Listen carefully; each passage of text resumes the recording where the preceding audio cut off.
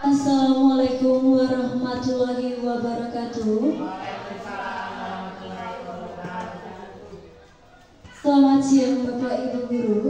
Puji syukur kita panjatkan kehadiran Allah Subhanahu wa Ta'ala karena berkat nikmat dan hidayahnya pada hari ini kita semua dapat berkumpul pada acara Calon Guru Penggerak dengan materi budaya positif oleh Bapak Muhammad Fauzi. Tak lupa pula kita aturkan salawat kepada junjungan kita Nabi besar Muhammad SAW. Untuk sahabat dan juga semoga sampai kepada kita selaku umatnya.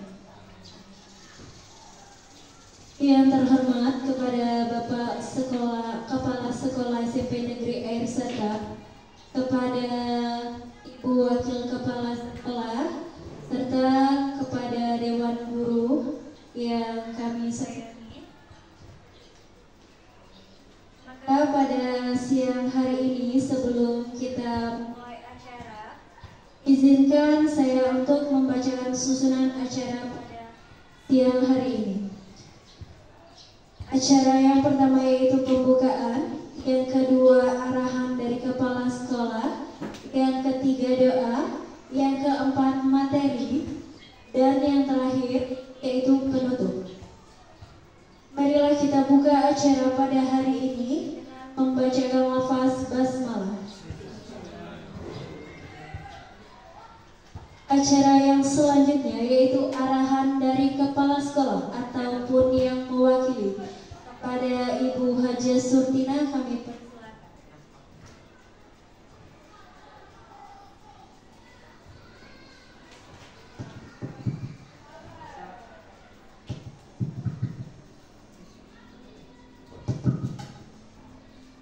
Bismillahirrahmanirrahim. Assalamualaikum warahmatullahi wabarakatuh.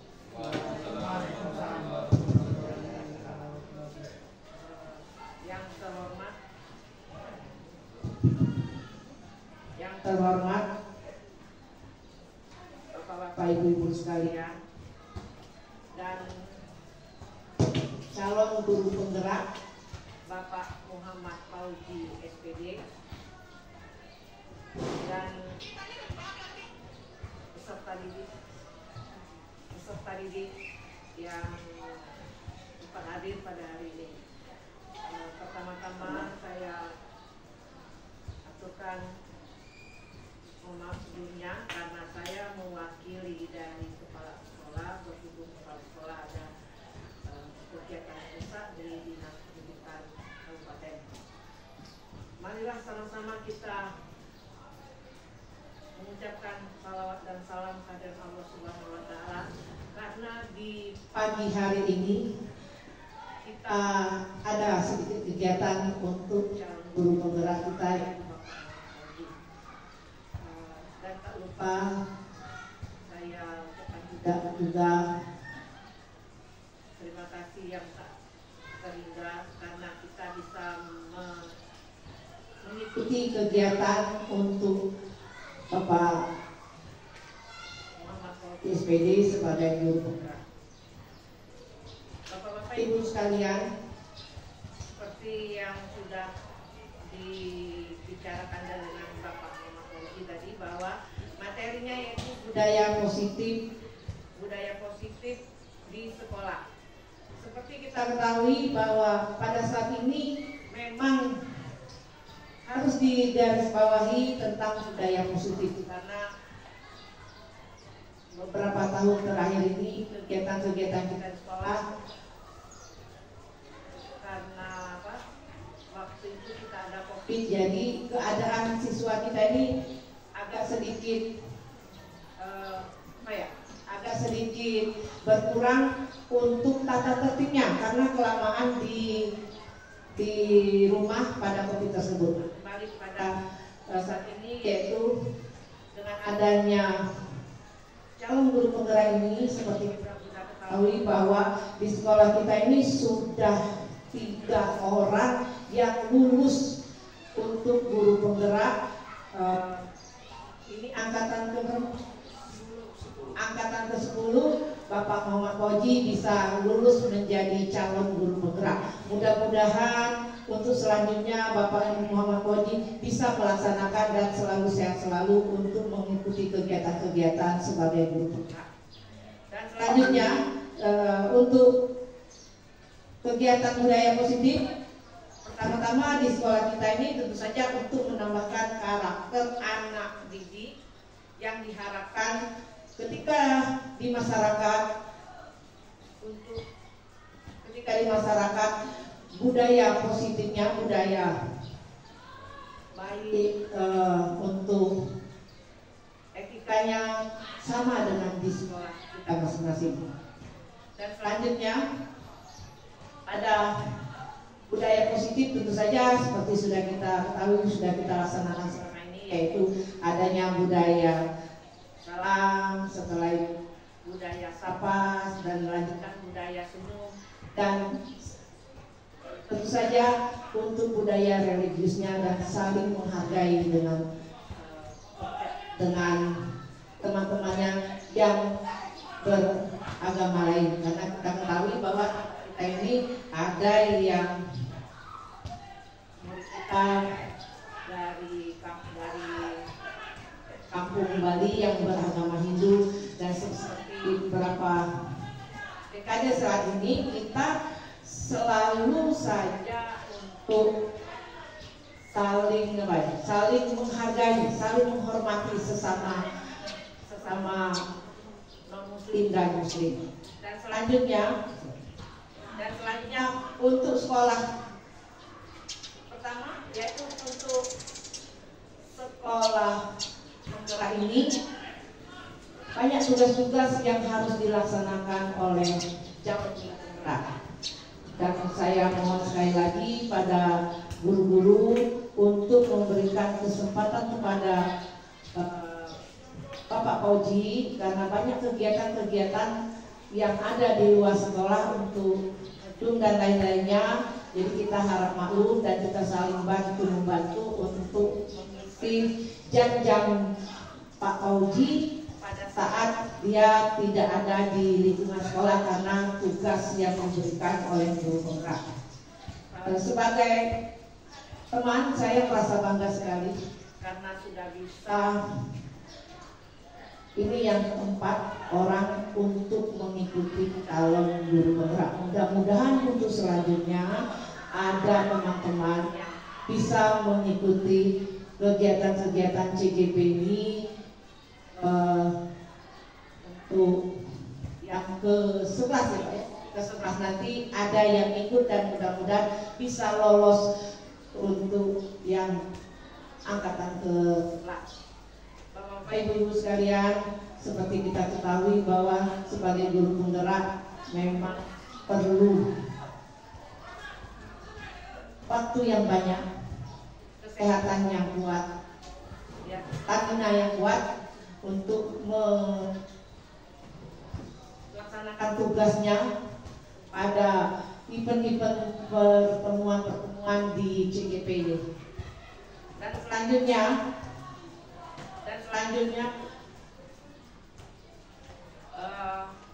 adanya lingkungan-lingkungan yang nyaman.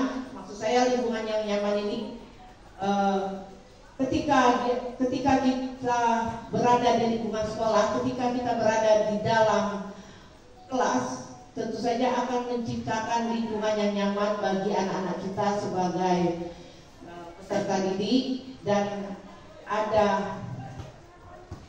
imbasnya karena sebagai calon guru penggerak banyak temuan-temuan yang berenergi positif untuk kita sebagai guru dan diimbaskan kepada siswa. Jadi bisa melaksanakan kegiatan-kegiatan ini dan tidak membosankan bagi kita semua. Dan saya harapkan juga pada saat ini semua kita bisa memberikan pengaruh positif untuk anak-anak kita dan lingkungan sekolah kita. Demikian saja yang bisa saya sampaikan. Mudah-mudahan ini adalah awal dari kemajuan sekolah kita, karena kita semua di sini memang berpotensi untuk menjadi yang lebih baik. Walaupun sekolah kita dianggap di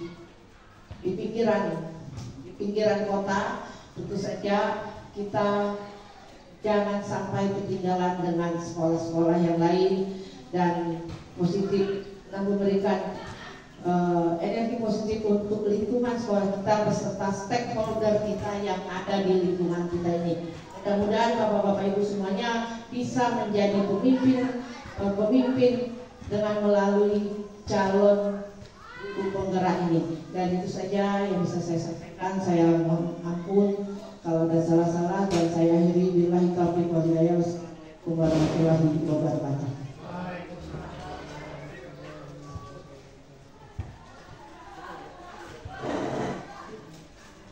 Baiklah, terima kasih untuk Ibu Hajah Surtina atas. Maka acara yang selanjutnya yaitu doa yang akan dipimpin oleh Bapak Abdul Hamid. Kepada Bapak Abdul Hamid kami persilakan.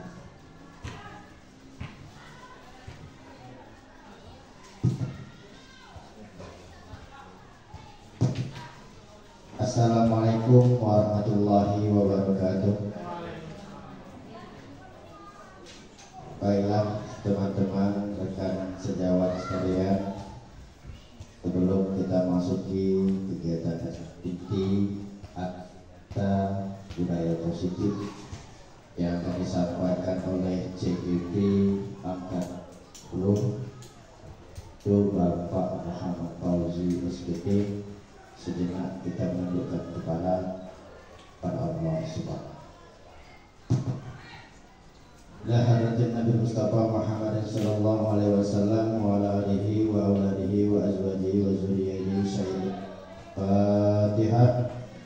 Billahi minasyaitonir rajim. Bismillahirrahmanirrahim. Alhamdulillahirabbil alamin. Iyyaka na'budu wa iyyaka nasta'in. Shiratal mustaqim, shiratal ladzina an'amta 'alaihim ghairil maghdubi 'alaihim waladdallin.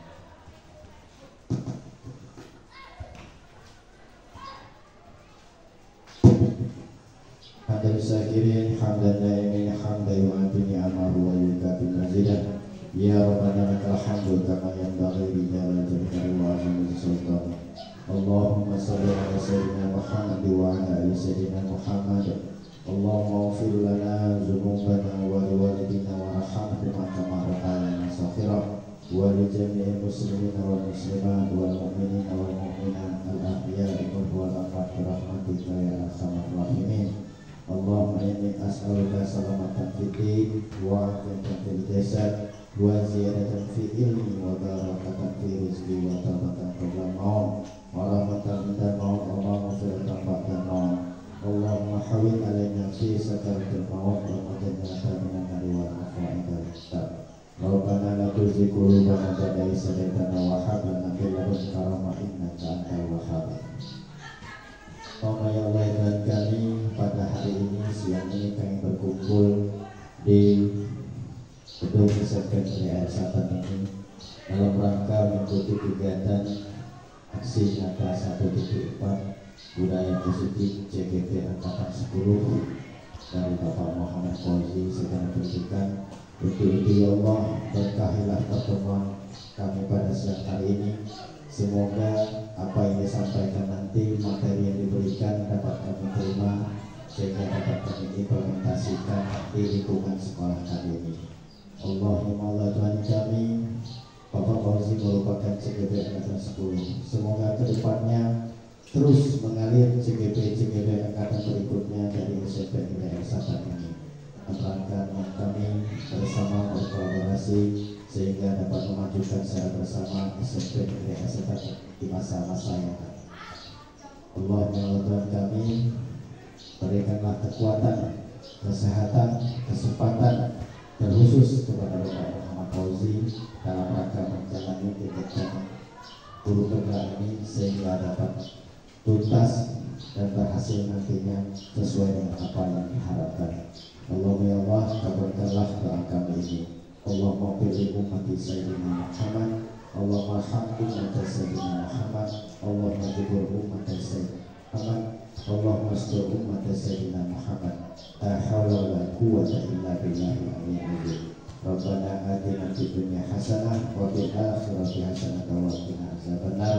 Wassallallahu ala sayyidina Muhammad wa ala alihi wa sahbihi wa sallam. Subhana rabbika rabbil izzati amma yasifun wa salamun ala al-mursalin walhamdulillahi rabbil alamin. Assalamualaikum warahmatullahi wabarakatuh.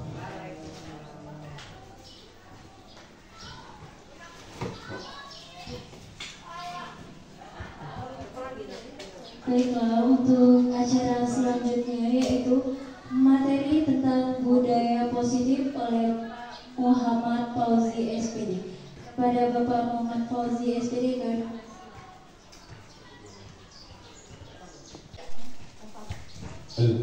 Assalamualaikum warahmatullahi wabarakatuh.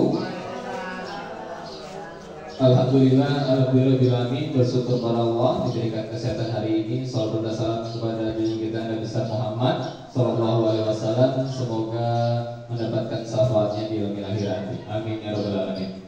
Yang terhormat Bapak Kepala Sekolah yang mewakili Ibu Haja Surtina, yang terhormat Bapak Ibu Guru, yang sama-sama kita hormati rekan-rekan CGP, senior CGP Bapak Abdul Hamid, angkatan 8, yang saya hormati Ibu Wiwi, CGP angkatan 9 dan Serdin angkatan 9 telah menjadi senior di CGP, telah banyak membantu saya dalam menyelesaikan tugas-tugas di modul 1.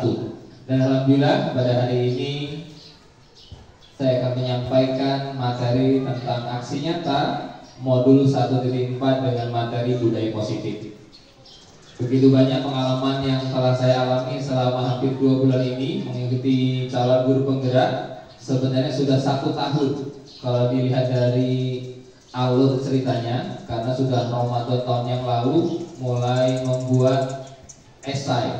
Sebenarnya banyak angkatan saya ini dengan Pak EM, Pak Andes juga saat itu, namun alhamdulillah bisa mengikuti di angkatan 10. Baiklah, sebelum kita mulai masuk materi, mohon Bapak Ibu Guru untuk berdiri sejenak. Kita laksanakan ice breaking sebentar.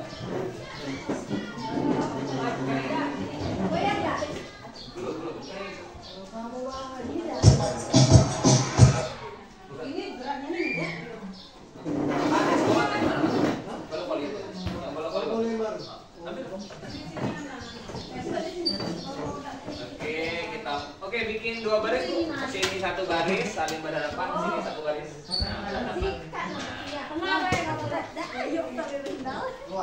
Ya, keluar dari kursi. Oke.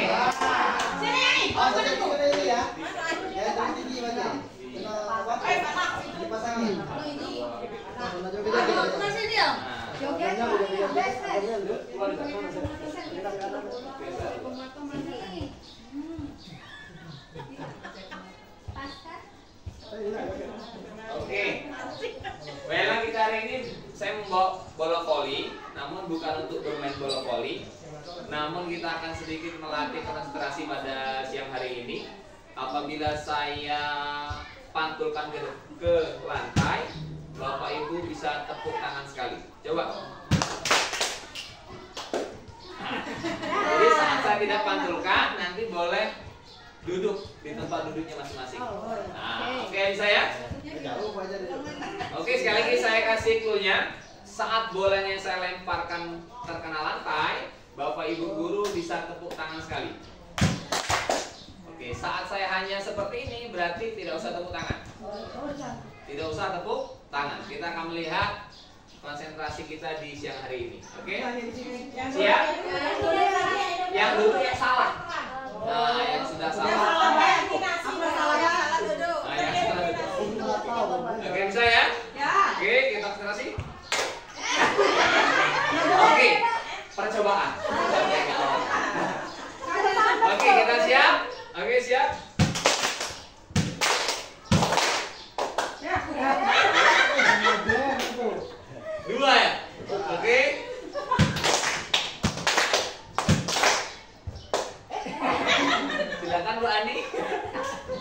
Oke, sebelah sini, oh, Bu Iwin. Oke, ini sudah masuk nilai-nilai kejujuran.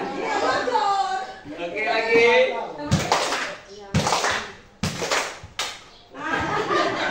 Seperti. Oke, sama 4-4 ya. Oke, kita lagi.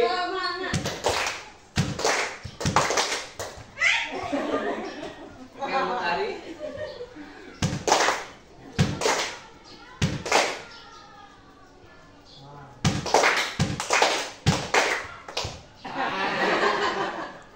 Pak Hamid dengan Bu Okta. Oke, 3 lawan 2. Nah, oke lagi kita coba.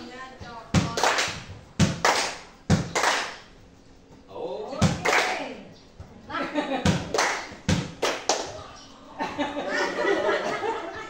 Oke, Pak Andes sendiri yang putra. Tepuk tangan dulu Pak Andes. Oke. Besar nih. Oke lagi.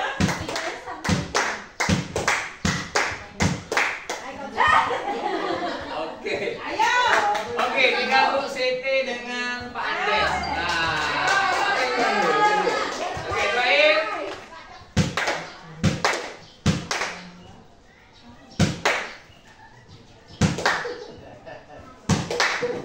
Oke, tepuk tangan bareng-bareng. Oke, terima kasih. Oke, terima kasih Bapak Ibu Guru telah mengikuti S-Blanking kita.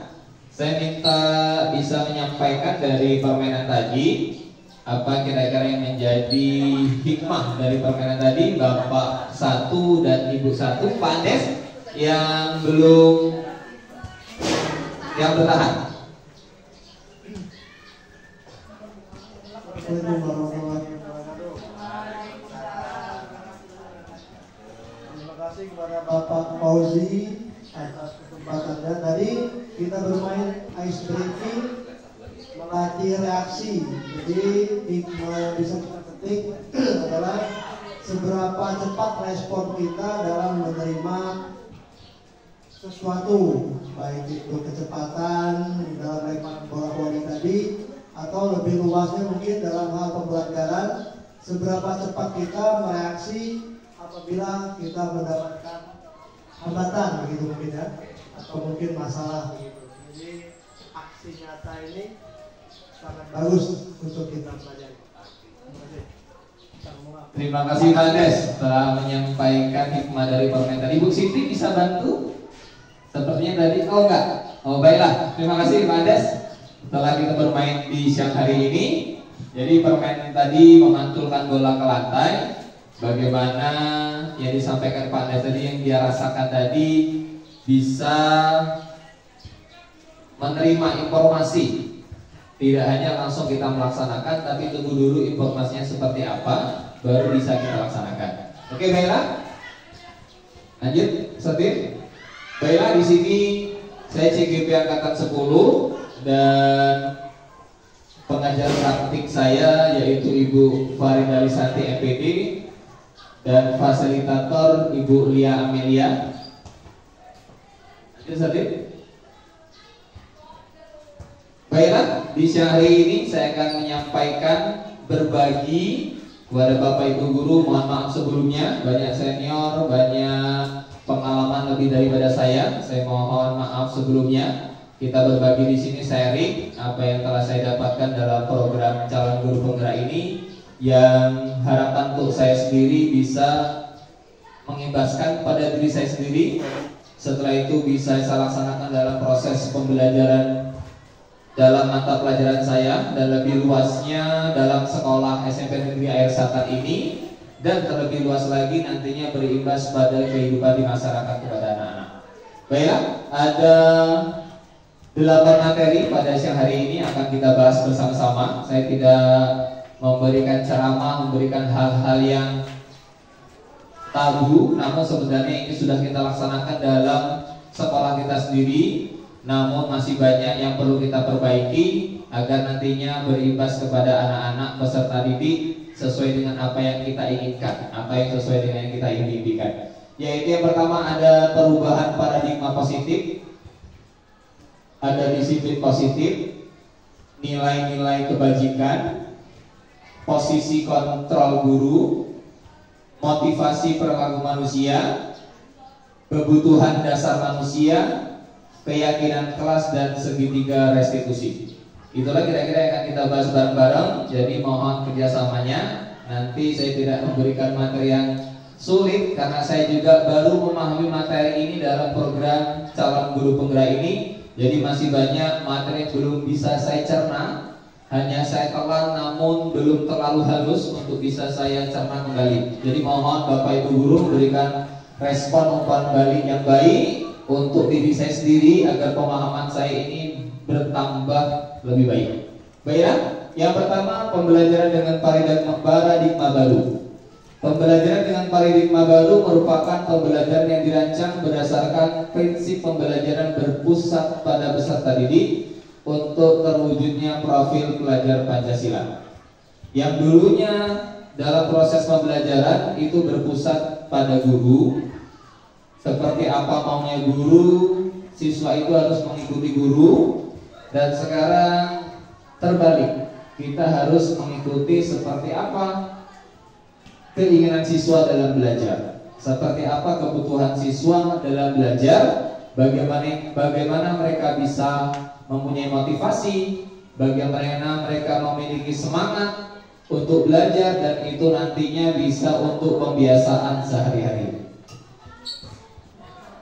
Dan dalam pembelajaran pun juga kita diharapkan mampu memerdekakan anak. Jadi anak itu tidak tertekan dalam proses belajar.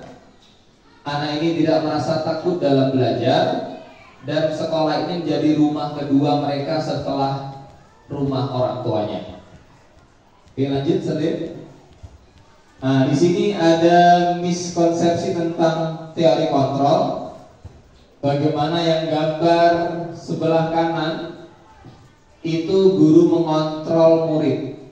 Nah, dari guru mengontrol murid tadi, siswa akan merasa tertekan, siswa akan merasa takut dalam belajar. Itu pun yang saya alami sendiri. Dalam pembelajaran penjas sendiri saya seringkali menemukan siswa yang seperti ini. Siswa harus mengikuti seperti apa keinginan saya belajar.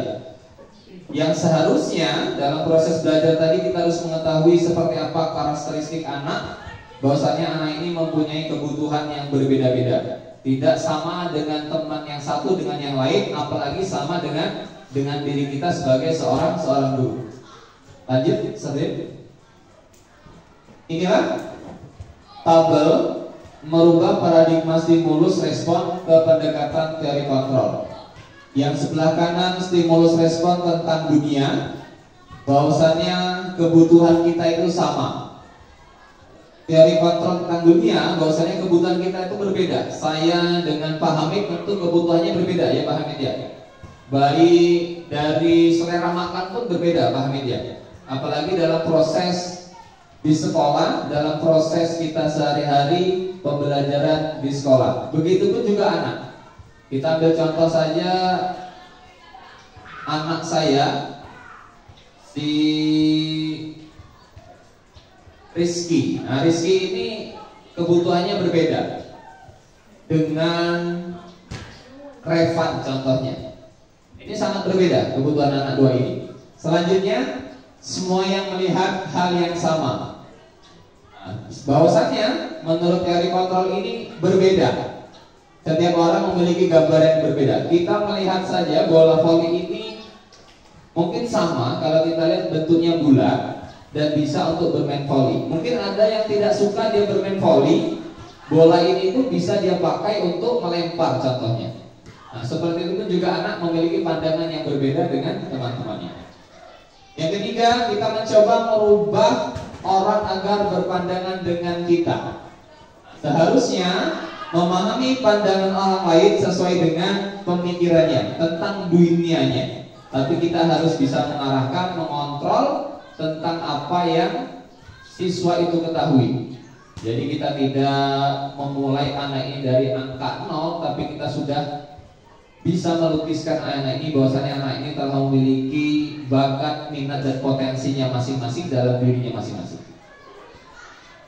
Perilaku buruk dilihat sebagai suatu kesalahan, bahwasanya suatu perilaku memiliki tujuan. Ini seringkali kita temukan pada siswa-siswa kita. anak memiliki kesalahan, saya pun seperti itu. Sebagai wali kelas juga sering menemukan siswa yang seperti itu, menganggap anak yang salah itu benar-benar 100% salah, tanpa kita harus mengetahui apa maksud dari itu. Oke, selanjutnya orang lain bisa mengontrol saya, hanya Anda yang bisa mengontrol diri Anda. Nah, jadi siswa ini masih dalam tahap perkembangan dan pertumbuhan di usianya 12 tahun sampai 15 tahun. Mereka masih banyak arahan, bimbingan dalam dirinya, baik dari rumah maupun di sekolah. Saya bisa mengontrol orang lain. Nah, bahwasanya Anda tidak bisa mengontrol orang lain. Jadi kita perlu menumbuhkan nilai-nilai kesadaran dalam diri kita. Paksaan ada pada saat bujukan gagal. Bahwasanya kolaborasi mencapai pilihan-pilihan baru. Nah, jadi dengan adanya kolaborasi sesama kita ini diharapkan akan menumbuhkan semangat belajar yang baru. Lanjut saja. Oke, di sini disiplin positif. Nah, disiplin yang artinya belajar. Disiplin mengacu pada disiplin diri yang memiliki tanggung jawab terhadap apa yang dilakukan berdasarkan nilai-nilai yang diyakini. Nah, disiplin positif ini sebenarnya seperti disampaikan oleh Ibu Sultina tadi, sudah kita laksanakan dan sudah kita jalani sehari-hari. Namun tanpa kita sadari, itu semua perlu pembiasaan agar menjadi disiplin yang positif. Disiplin positif merupakan salah satu cara penerangan disiplin bertujuan untuk menumbuhkan kesadaran. Dari disiplin positif tadi muncullah kesadaran dalam diri kita, sehingga memberdayakan peserta didik tanpa imbalan, ancaman dan hukuman. Nah, di sini ada 3 pokok kata yang bisa kita ambil, bahwasannya tidak memiliki imbalan, hukuman maupun ancaman. Dan budaya positif ini bertujuan menciptakan peserta didik yang disiplin sehingga mereka berperilaku mengacu pada nilai-nilai kebajikan dan memiliki motivasi intrinsik dalam perilaku ke arah yang lebih baik. Ini yang menjadi tujuan akhir dari disiplin positif tadi, bahwasanya kita memberikan pembiasaan yang baik dan nantinya berguna pada anak-anak, terutama pada saat pembelajaran, bahwasanya anak ini mengetahui untuk apa dia bersekolah dan untuk apa dia belajar, itu muncul dari dalam dirinya sendiri tanpa ada paksaan dari kita sebagai seorang guru. Itu yang diharapkan. Dan nantinya di saat di keluarga pun menjadi dampak positif dalam keluarganya. Nilai-nilai kebajikan dengan pengambilan keputusan yang kita temui, kita lakukan sehari-hari. Nilai-nilai kebajikan universal adalah nilai-nilai yang disepakati bersama, lepas dari suatu bangsa, agama, bahasa maupun latar belakang. Nilai-nilai kebajikan pada institusi atau organisasi dapat berbeda-beda, tapi semua memiliki tujuan yang mulia. Nah, jadi nilai-nilai kebajikan ini nilai-nilai yang baik, yang sebenarnya memiliki tujuan yang sama. Yang saat ini kita di sini sebagai seorang guru, pendidik, dan pengajar pendidik tentu mempunyai tujuan yang sama, membuat sekolah ini maju, anak-anak gemar bersekolah. Setelah dia senang bersekolah, mereka menunggu jam pelajaran. Setelah itu mereka sadar akan belajar untuk dirinya sendiri. Dikutip dari Merdeka Belajar, Joko Awal Surono dan kawan-kawan, 9 langkah pengambilan keputusan. Yang pertama, mengenali nilai-nilai yang saling bertentangan, menentukan pihak yang terlibat, mengumpulkan fakta yang relevan, pengujian benar atau salah, pengujian paradigma benar lawan benar, melakukan prinsip resolusi, investigasi opsi trilema, membuat keputusan dan melihat kembali keputusan tersebut dan merefleksikannya. Nah, jadi harapan kita bersama setelah proses pembelajaran, kita bisa merefleksikan seperti apa pembelajaran tadi terhadap anak, apakah ada kendala saat proses pembelajaran yang bisa kita perbaiki di pertemuan selanjutnya.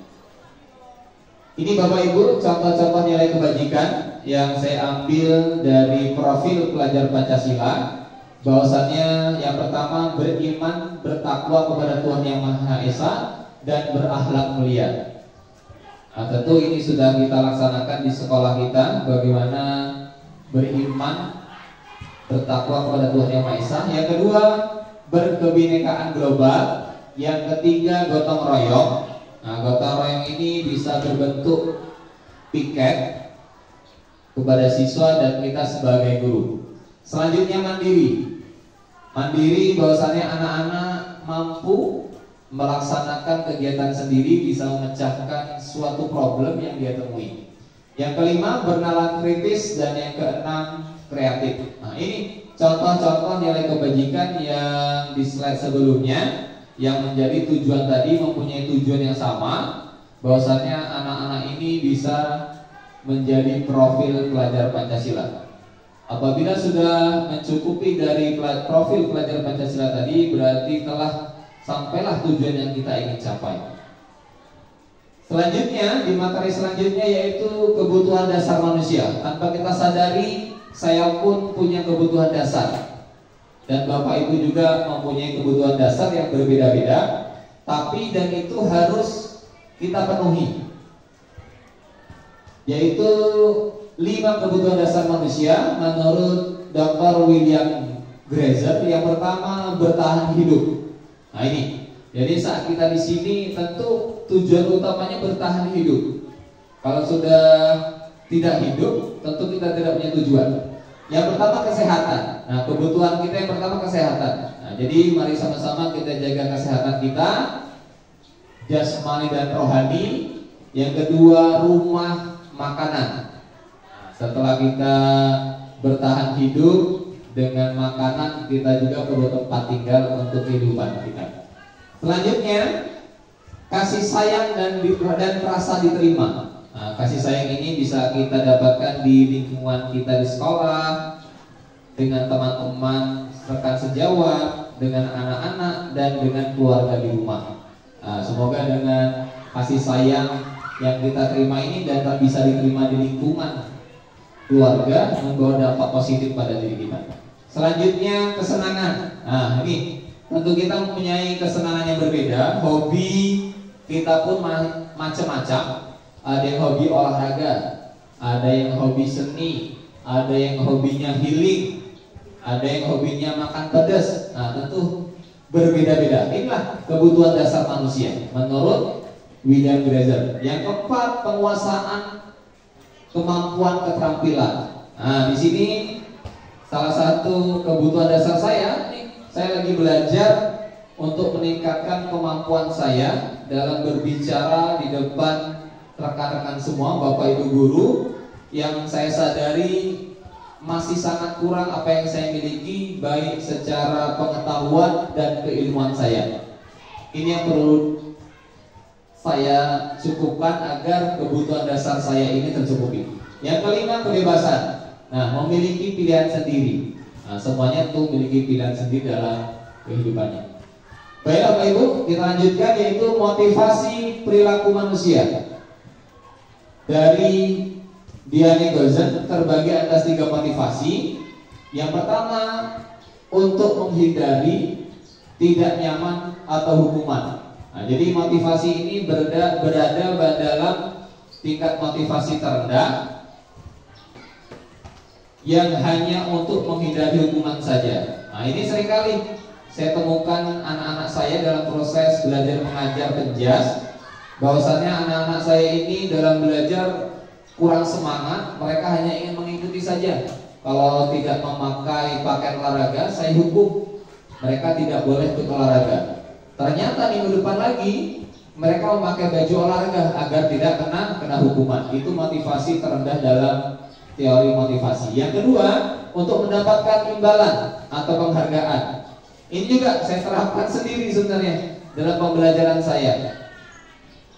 Contoh, anak yang cepat baris setelah bel berbunyi mendapatkan plus dalam absennya. Nah, mereka akan berlomba-lomba untuk datang lebih cepat saat berbaris di lapangan.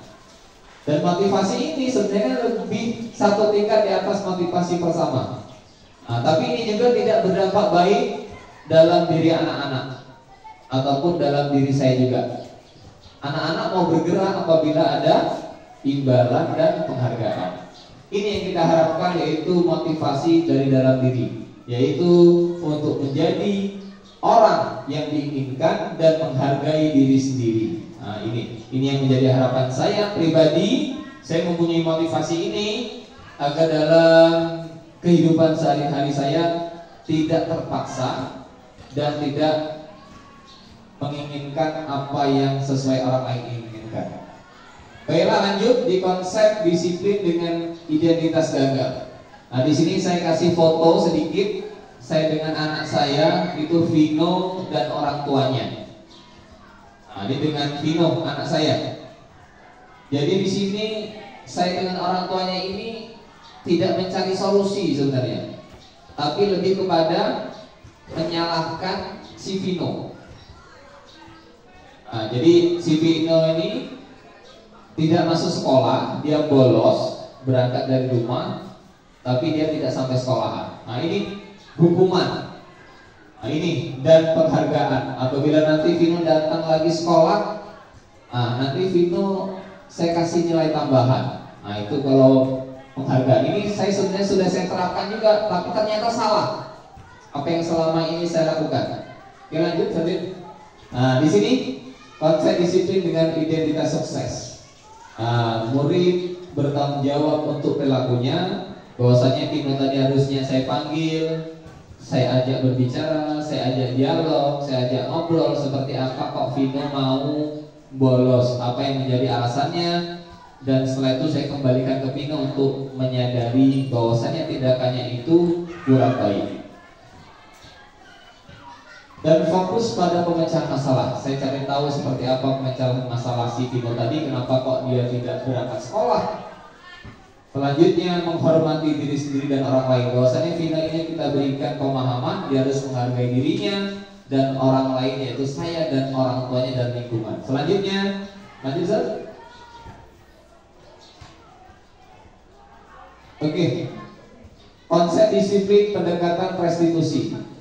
Menurut Gozen, proses menciptakan kondisi murid untuk memperbaiki kesalahan mereka sehingga mereka bisa kembali kelompok dengan baik. Nah, jadi dengan teori ini, setelah anak kita panggil berikan pemahaman, arahan, dan nantinya mereka kembali ke kelasnya dan memberikan dampak positif pada dirinya dan lebih kuat setelah mereka bergabung dengan kelompok di kelasnya. Lanjut, Sering. Nah, ini perbedaan contoh kasus yang sering kita temui. Siswa tidak mengerjakan tugas. Nah, ini ada 3 konsekuensi. Yang pertama hukuman, guru menghukum siswa. Nah, ini saya juga sering. Saya memberikan tugas, anak tidak mengerjakan, saya berikan hukuman. Yang kedua konsekuensi.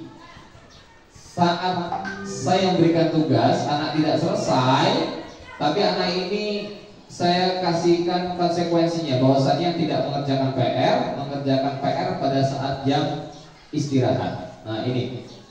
Yang ketiga, harusnya restitusi. Mohon maaf, salah redaksi.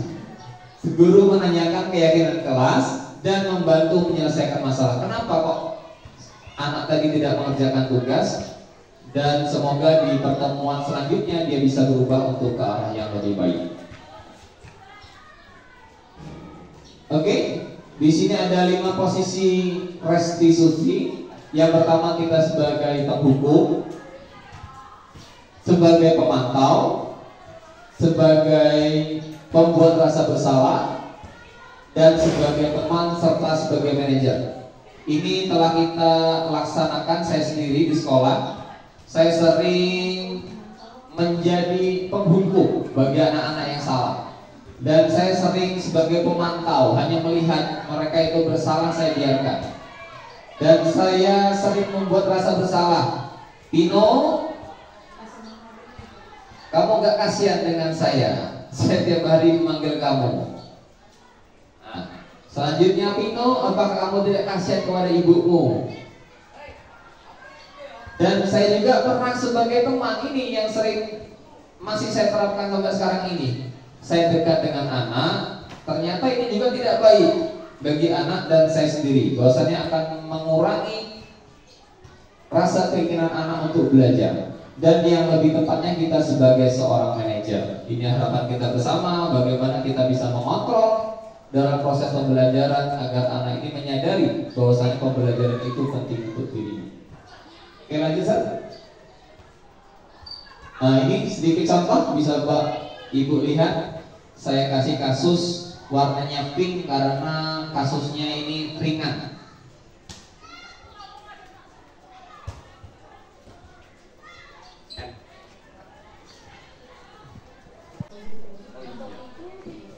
Halo. Oke, baiklah Bapak Ibu, kita lanjutkan. Di contoh penerapan ini saya kasih kasus berwarna pink karena ini hampir setiap Senin saat melaksanakan upacara siswa tidak memakai atribut lengkap saat upacara. Nah, ini bentuk penyelesaian dari kelima posisi kita tadi. Nah, ini kira-kira seperti apa yang saya pelajari, saya tangkap.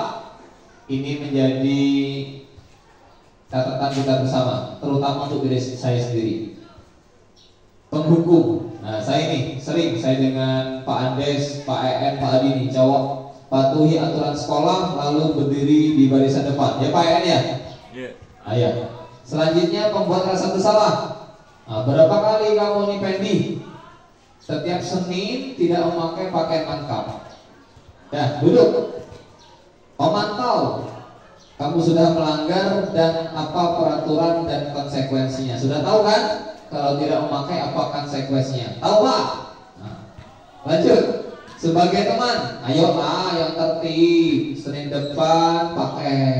Mana ada kasihan sama Pak kan? Tiap Senin nyari kamu. Selanjutnya sebagai manajer. Nah ini yang kita harapkan, apakah kamu tahu kesalahanmu? Tidak memakai seragam hari ini dan kira-kira kamu akan memperbaiki kesalahan ini. Iya Pak, harapan kita bersama. Lanjut Sadin. Ice breaking Sadin. Oke, baiklah Bapak Ibu, semuanya berdiri. Ada sesi kedua biar agak seger dikit. Nah, Sadin siapkan ice breaking kita. Ada tadi belum ya? Oh berdiri, ini di lorong lagi. Ayo di lorong lagi, ini agak bergerak.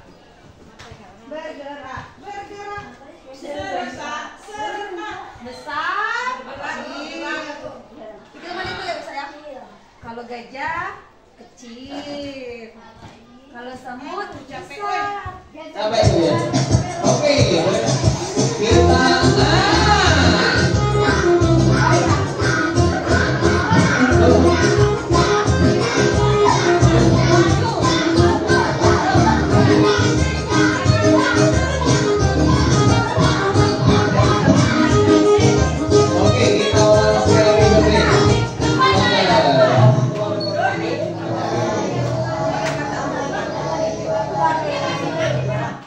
Oke, permainnya tadi kita ke kanan 2 kali, 1, 2, ke kiri 2 kali, 1, 2, mundur ke belakang 1 kali, maju 2 kali.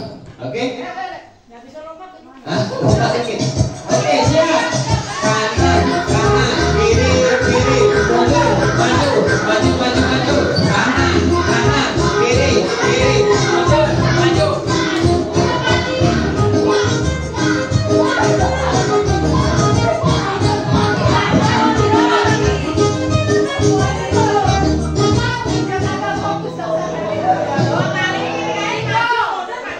Oke, kita sekali lagi. Bagaimana tadi?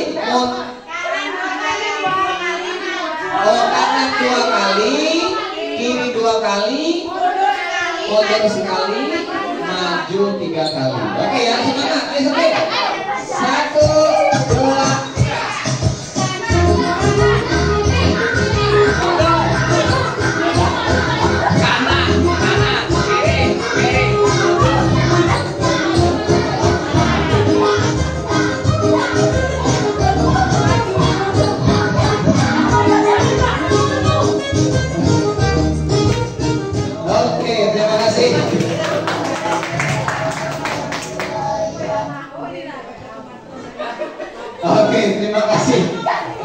Ibu guru di SBK kedua ini lebih bersemangat sepertinya, banyak bergerak ke kanan, ke kiri, depan dan belakang. Oke, terima kasih. Tadi salah satu ice breaking yang saya ambil, guru olahraga juga, biar senang. Ini salah satu dalam proses pembelajaran anak-anak diajak untuk ice breaking. Oke, lanjut. Nah, sedikit lagi. Oke, baiklah. Selanjutnya masuk di materi keyakinan kelas. Ini materi yang ke-6 di siang hari ini. Mengapa tidak peraturan kelas? Nah, bisa minta tolong untuk memberikan argumentasinya. Pak Hamid, bisa minta tolong? Terima kasih kepada Pak Fauzi yang memberikan kesempatan bahwa di sini materinya keyakinan kelas. Pertanyaannya pertanyaan romantik, yaitu mengapa tidak peraturan kelas? Ya. Menurut pendapat pribadi saya, yang namanya aturan itu adalah identik dengan pelanggaran. Artinya di sini kita bagaimana cara meyakinkan anak. Artinya menumbuhkan kesadaran anak itu sendiri, sehingga dia harus tahu apa-apa yang harus dia lakukan berdasarkan dari diri dia sendiri, bukan pada aturan yang harus ditaati. Sering kita menyatakan aturannya A, B, C, D. Ya, kadang-kala kita juga melanggar itu aturan itu sendiri. Ya, artinya peraturan itu lebih ke sifatnya kehukuman. Sementara tuntutannya tadi dijelaskan di budaya positif di materi sebelumnya, bahwa pada prinsipnya kita itu tidak bisa mengontrol orang lain. Nah, peraturan ini lebih sebagai pengontrol, sebagai rambu-rambu, ataupun tidak menumbuhkan kesadaran pada anak itu sendiri. Mungkin itu menurut pemahaman saya tentang peraturan itu sendiri. Terima kasih Pak Boy. Terima kasih kepada Pak Abdul Hamid memberikan argumentasinya tentang mengapa kok tidak peraturan kelas. Bahwasanya kita sebagai guru tidak bisa mengontrol anak dan identik itu dengan pelanggaran. Dan saya juga kasih gambar palu itu karena kalau peraturan itu sudah diketok tidak bisa lagi diubah-ubah. Nah, itu kira-kira. Ada lagi Bapak Ibu guru ingin menyampaikan kok peraturan kelas? Oh, Serti. Oke, terima kasih. Terima kasih Pak Muhammad Fauzi. Berkaitan dengan keyakinan kelas, pertanyaannya adalah mengapa tidak peraturan kelas saja? Menurut pendapat saya, kalau peraturan kelas biasanya sepihak. Pihak dibuat oleh guru, sehingga kadang-kadang tidak memenuhi aspirasi dari siswa. Jadi yang terbaik adalah keyakinan kelas yang merupakan kesepakatan bersama antara guru dan siswa, sehingga diharapkan dapat menimbulkan disiplin positif karena semuanya dilibatkan dan sepakat untuk melaksanakan keyakinan-keyakinan yang sudah disepakati secara bersama. Terima kasih Pak Ustaz. Terima kasih kepada Bapak Farudin memberikan pernyataannya kenapa kok tidak peraturan kelas tadi, bahwasannya dibuat oleh guru dan harus diikuti oleh seluruh siswa. Oke, terima kasih Setin telah memberikan pemahaman baru kepada saya. Lanjut Setin. Oke, bagaimana pembentukan keyakinan kelas? Yaitu sedikit saja namun mudah diingat dalam membuat keyakinan kelas tadi. Yang kedua, dapat diterapkan di kelas, bahwasanya kelas saya dengan kelasnya Pak Hamid tentu berbeda kondisinya. Ini yang diharapkan adanya kolaborasi saat pembuatan keyakinan kelas tadi. Yang ketiga, bersedia meninjau kembali. Nah, bahwasanya keyakinan kelas ini fleksibel. Beberapa waktu ke depan bisa kita revisi kembali sesuai dengan kesepakatan bersama dengan anak-anak.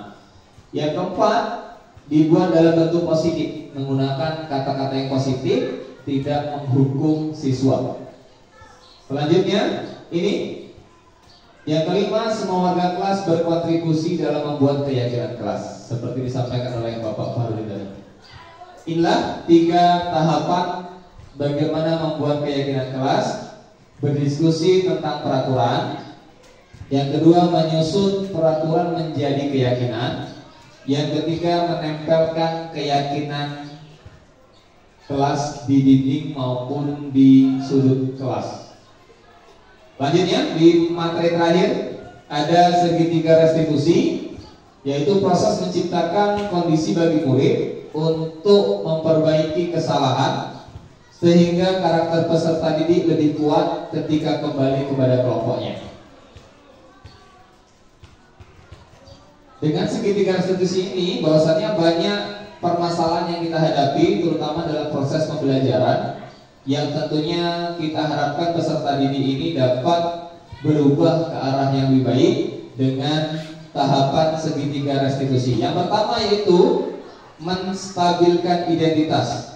Kita semua akan melakukan yang terbaik yang bisa kita lakukan saat kita berdiskusi mengobrol dengan peserta didik. Yang kedua,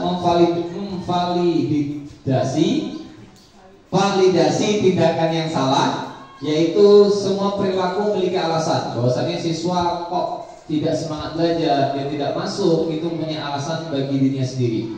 Yang ketiga, menayangkan keyakinan kelas. Dari segitiga restitusi ini ada 3 tahapan ini yang harus kita lalui, sehingga anak setelah kita panggil, kita ngajak ngobrol, berdialog, dengan menerapkan konsep segitiga restitusi ini, anak kembali ke kelasnya, ke kelompoknya menjadi lebih kuat. Baiklah, itulah untuk materi hari ini. Di sini saya akan menampilkan sedikit tentang video tentang kasus pada salah satu siswi kita, dan akan diselesaikan dengan tahapan segitiga restitusi.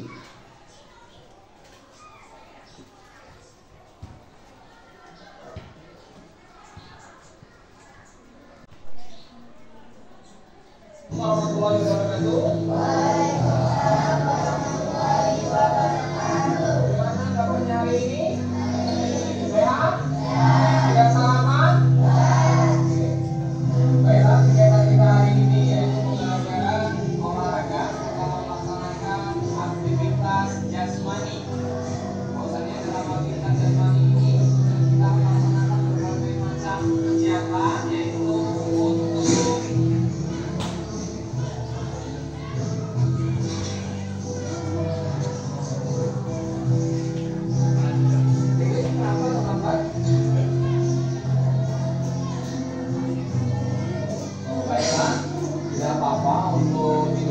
diusahakan itu jangan terlalu larut malam. Oke, silakan masuk ke barisan. Selamat pagi Ririn. Apakah Ririn tahu kenapa saya panggil ke ruangan saya? Ya Pak, saya tahu. Saya tadi Oh iya, tidak apa-apa Ririn. Biasanya saya juga pernah dulu saat sekolah terlambat mengikuti pembelajaran. Iya Pak. Oh iya Ririn, kenapa Ririn datang terlambat saat pembelajaran olahraga ini?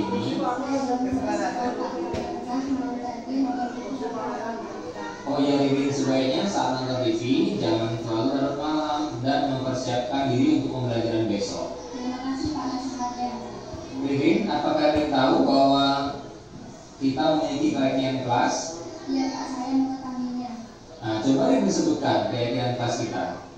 Salah satu keyakinan kelas kita untuk tidak datang pada saat pembelajaran. Kira-kira kapan Ririn bisa tepat waktu mengikuti pembelajaran olahraga? Segera Pak, saya mengikuti pembelajaran. Oke, baiklah Ririn. baiklah Ririn. Oke, baiklah Bapak Ibu, terima kasih. Itulah tadi sebagai penutup video saya dengan salah satu siswi. Semoga hari ini memberikan dampak yang besar bagi saya dalam proses kegiatan saya di sekolah, terutama dalam proses pembelajaran dengan anak-anak.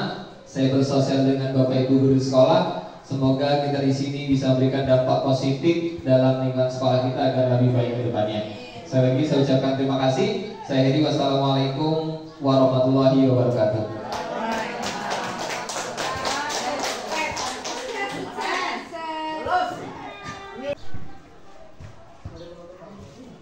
Demikianlah tadi Bapak Ibu materi yang saya sampaikan. Untuk mengakhiri sesi hari ini, saya persilahkan kepada Bapak Ibu guru untuk memberikan umpan balik dari materi yang telah saya sampaikan. Kepada Bapak Ibu guru dipersilahkan untuk menambah wawasan dan pengetahuan saya lebih lagi. Silakan. Bu Wiwin, mohon.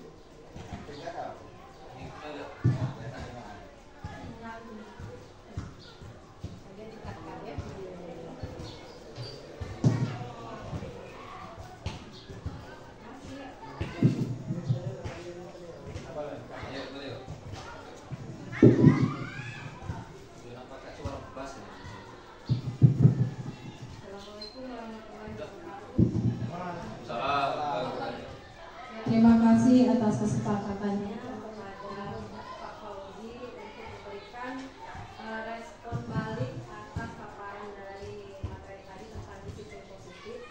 Saya sangat setuju sekali dan saya masih terbesit di hati saya itu tentang ungkapan dari Ki Hajar Dewantara, yaitu bahwa setiap orang itu menjadi guru, setiap rumah itu adalah sekolah, dan anak didik kita itu bukanlah tabula rasa, tetapi mereka mempunyai kodratnya sendiri.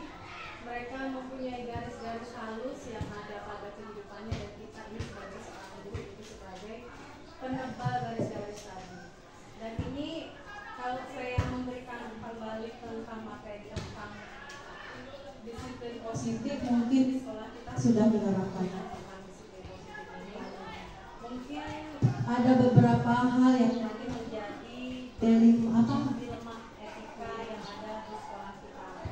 Jadi contohnya seperti kasus yang Vino tadi, mungkin itu juga berlaku pada di kelas saya karena saya mengajar di kelas 9 itu pada Revan. Bagaimana saya menghadapi Revan itu pada sudah kelas 9 dan beliau adalah anak istilahnya itu sebenarnya cukup mempunyai kemampuan, tapi mungkin ada hal-hal yang ada pada dirinya yang memang tidak berkeinginan untuk berkembang dan maju. Jadi mungkin perlu kita balikkan lagi ke diri kita, seorang guru, kita sebagai seorang guru.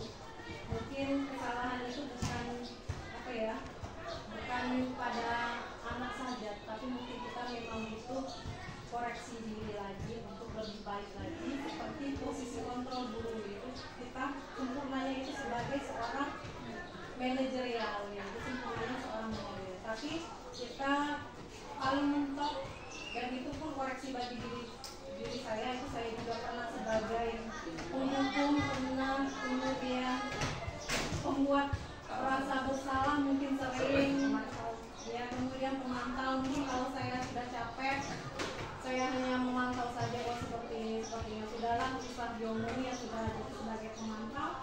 Kemudian mungkin anak-anak yang mudah kita bimbing atau bina, mungkin yang tadi balik lagi ke posisi yang kita sebagai guru itu sebagai teman.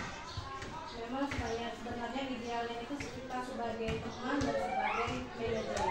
Semoga saja sekolah kita menjadi lebih baik lagi, karena di sini kita ada 3 orang guru penggerak dan 1 orang calon guru penggerak. Semoga saja kita bisa membawa sekolah kita menjadi sekolah yang maju, dan semoga saja sekolah kita nanti kita usulkan sebagai sekolah penggerak seperti itu, supaya pendidikan yang ada di SMP Negeri Air Sapan ini semakin maju dan semakin berkembang. Itu saja mungkin. Terima kasih saya ucapkan kepada Bu Iwin sebagai guru penggerak angkatan 9 telah memberikan referensinya tentang materi yang saya sampaikan tadi, bahwasannya masih sering kita temui diri kita sendiri di sekolah kita, bagaimana posisi kontrol seorang guru terhadap anak. Terima kasih Bapak Ibu telah memberikan refleksinya, semoga menjadi ilmu dan pengalaman untuk kita bersama. Oke. Mohon untuk memberikan umpan balik. Bu Hana. Oke.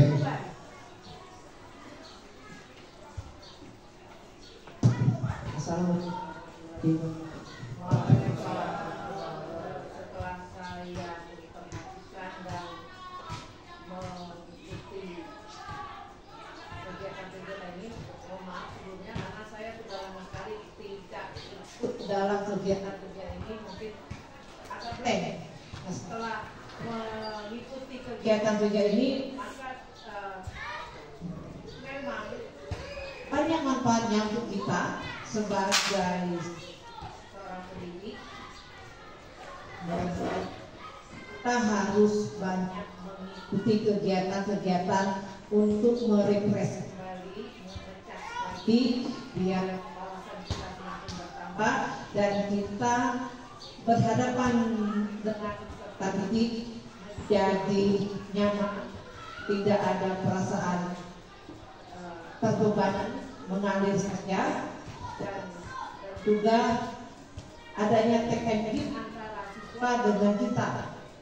Dan saya sangat senang sekali yang mudah-mudahan sudah mulai mengikuti kegiatan-kegiatan ini. Untuk kedepannya tentu saja kita untuk sekolah kita dulu. Yang penting untuk di dalam sekolah kita agar anak-anak termotivasi dan semangat belajar, mungkin mengurangi angka absensi apa-apa, karena banyak sekali kegiatan di sekolah kita ini yang sudah keluar jalur. Apalagi kita ketahui baru murid kita ini dikatakan sudah maju tapi belum, tak menyalahkan guru dan lain-lain itu kita mensiasatinya. Kenakalan siswa itu memang tugas kita. Dan saya dia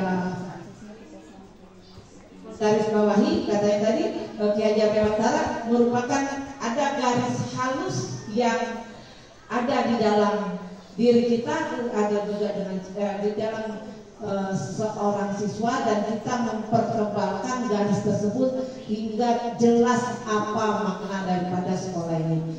Dan saya juga Pak Ujek, mudah-mudahan lancar dan saya senang sekali semangatnya begitu menggebu dan sesuai dengan ini. Harus semangat ya, kalau tidak daripada kita berhenti di tengah jalan. Dan selanjutnya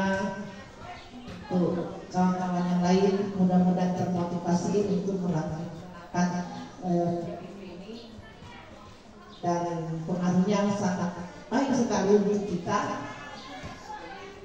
mempersiapkan diri dan menambah wawasan kita sebagai seorang. Jadi itu saja mungkin yang bisa saya ambil, dan saya merasa refresh kembali walaupun saya hanya jadi pendengar, apalagi menjadi peserta yang sudah menjadi peserta lebih refresh lagi untuk menularkan ilmu-ilmu kita kepada jadilah penggerak yang bersemangat menjadi penggerak, atau lagi menjadi penggerak dan bergerak, tergerak dan menggerakkan. Itu saja. Assalamualaikum warahmatullahi wabarakatuh. Terima kasih kepada Ibu Haja Sultina memberikan refleksi tentang materi yang saya berikan. Semoga jadikan saya lebih baik lagi dan di lingkungan sekolah kita ini jadi yang lebih baik. Terima kasih. Baiklah, terima kasih atas materi yang telah disampaikan oleh Bapak Muhammad Fauzi SPD. Karena acara hari ini telah selesai, marilah kita tutup bersama-sama dengan baca lafaz hamdalah. Saya kembali